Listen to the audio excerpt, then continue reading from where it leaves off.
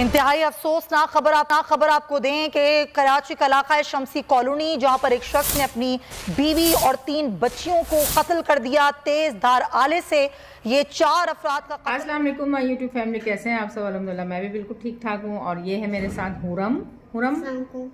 कैसी हैं आप? ठीक हूँ।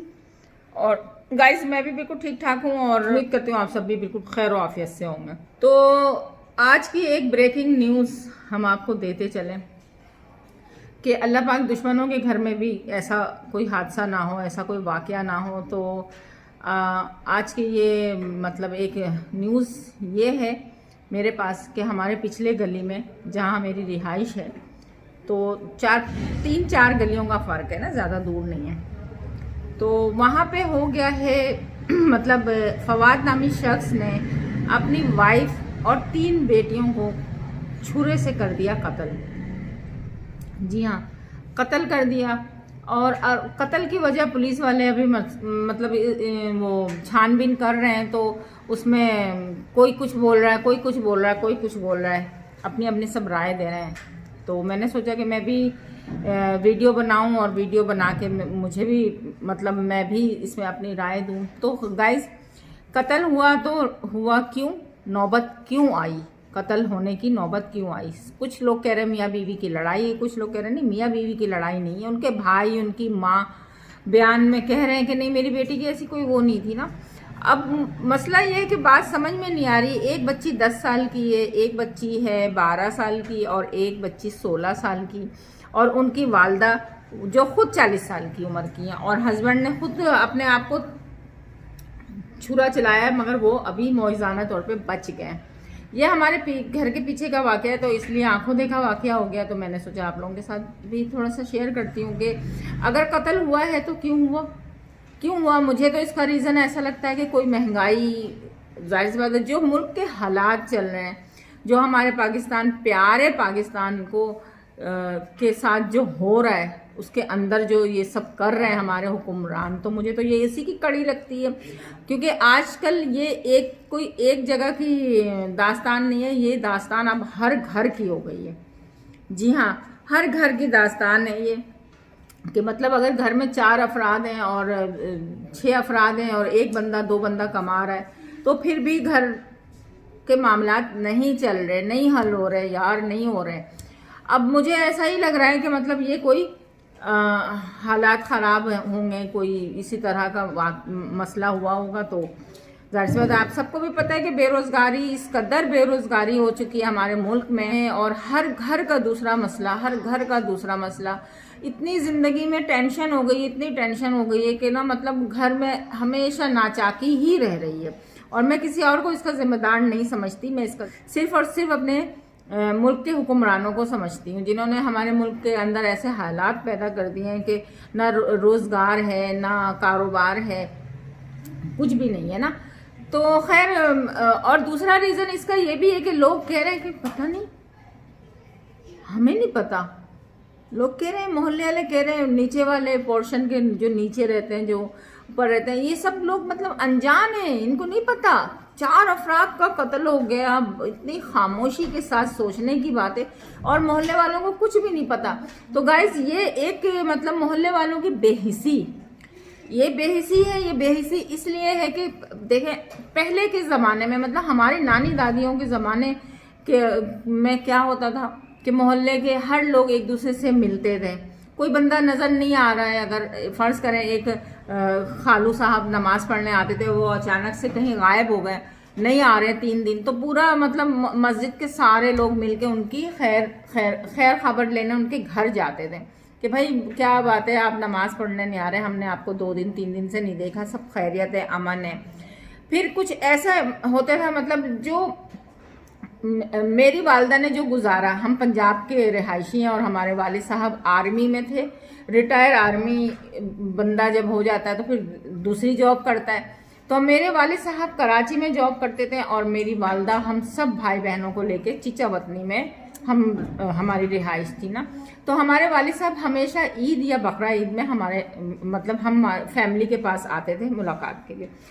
तो उससे ये बताने का मकसद ये है कि जब वालिद साहब नहीं होते थे तो हम तो भाई बहन बहुत छोटे छोटे होते थे, और वालदा हमारी जाहिर सी एक यंग खातून अपने तीन बच्चों को लेकर अकेले कैसे रहती थी, तो मोहल्ले वाले भरपूर सपोर्ट करते थे, भरपूर सपोर्ट करते थे। बाकायदा हमारे मोहल्ले के एक दादा होते थे जिनके मुझे याद है कि हाथ में छड़ी हुआ करती थी, और वो दरवाज़ा बजा बजा के मतलब फलाना की बेगम, पहले तो बहुओं को इसी तरह पुकारा जाता था पहले के ज़माने में कि सलीम की बेगम और उसकी फलाना की और फलाना की।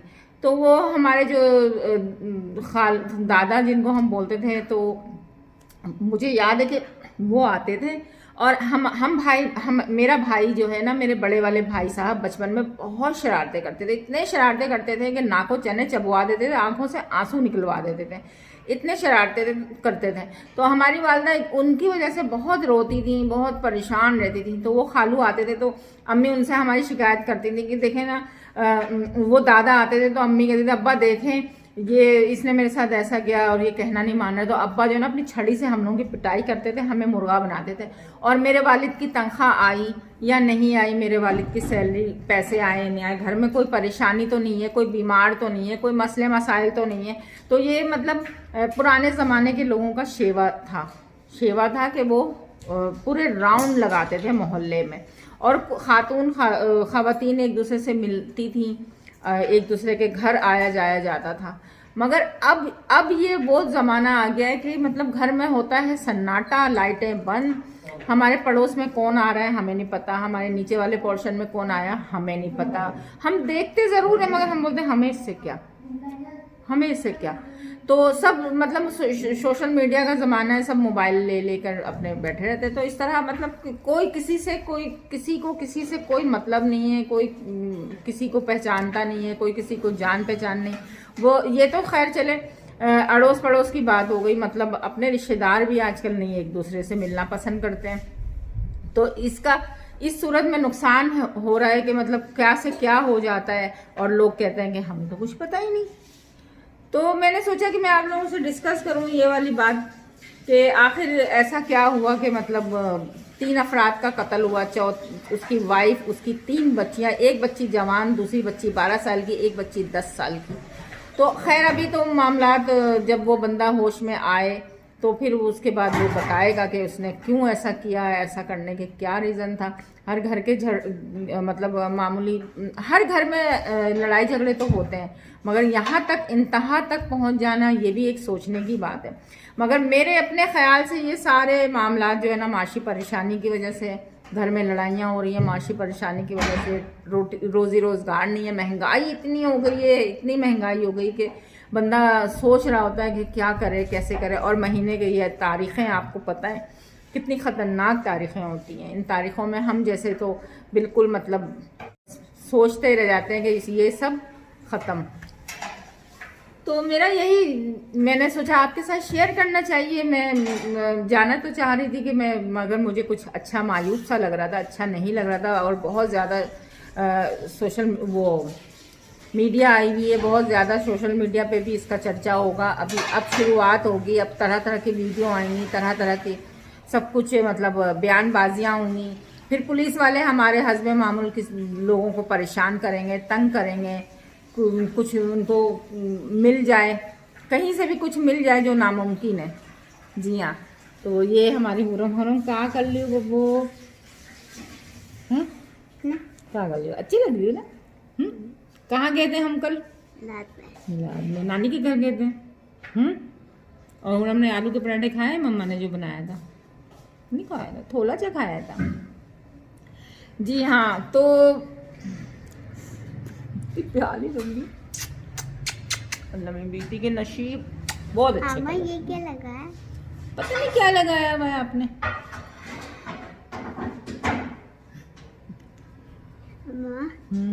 मैं आपका भी मेकअप कर रही हूँ। अच्छा, तो खैर ये था मेरे थोड़ी सी वीडियो मैंने जो आप लोगों के साथ शेयर किया। तो आप लोग मुझे कमेंट में बताइएगा कि मैं सही कह रही हूँ या गलत कह रही हूँ। आप लोग मुझे कमेंट किया करें यार, चलो सही है, तुसी ग्रेड हो करो, मैं कमेंट पढ़ती हूँ और पहले मुझे बुरा लगता था कि मतलब आप लोग इतने बैड कमेंट करते हैं, मगर अब मैं खुद कह रही हूँ कि आप लोग मुझे करके बताएं कि क्या मैं सही कह रही हूँ। हमें एक दूसरे से मिलना चाहिए, मिलना जुलना चाहिए, ताल्लुकात रखने चाहिए, एक दूसरे के घर आना जाना करना चाहिए। और दूसरा ये कि हालात से तंग आकर बंदा मतलब सारा गुस्सा क्या बीवी बच्चों पे ही निकालेगा, नहीं, ऐसा भी नहीं होना चाहिए। तो बस मुझे बहुत बहुत बहुत ज़्यादा अफसोस है, तीन बच्चियां, तीन रहमतें, पता नहीं क्या उनके घर के ऐसा क्यों उन्होंने ऐसा किया कि उनको कत्ल करना पड़ा। तो खैर गाइज, आप लोग मुझे ज़रूर बताइएगा कि मैंने सही कहा या मैंने गलत कहा, और फिर इंशाल्लाह मिलते हैं नए व्लॉग में। जब तक के लिए मेरा इंतज़ार करिएगा और मेरे साथ साथ रहिएगा, कहीं नहीं जाइएगा। और प्लीज़ सुमेरा आपी को सपोर्ट करो यार, क्या पता, समझा करें ना, क्या पता मैं भी बड़ी परेशानी के वक्त काट रही हूँ। मैं वाकई बहुत परेशान हूँ और मेरे ये परेशानी का वक्त अल्लाह पाक खैर आफियत से गुजार दे। और इंशाल्लाह फिर नए वीडियो में मिलते हैं। जब तक के लिए अल्लाह हाफिज़। और हाँ, लाइक और शेयर करना और सब्सक्राइब करना, ज़रूर सब्सक्राइब करें, लाइक करें, शेयर करें, वीडियो अच्छी लगी हो तो, है ना भाई, जल्दी से आप भी, और अच्छे कमेंट करें, लाइक। ओके, फिर मिलते हैं नए वीडियो में। जब तक के लिए अल्लाह हाफिज़।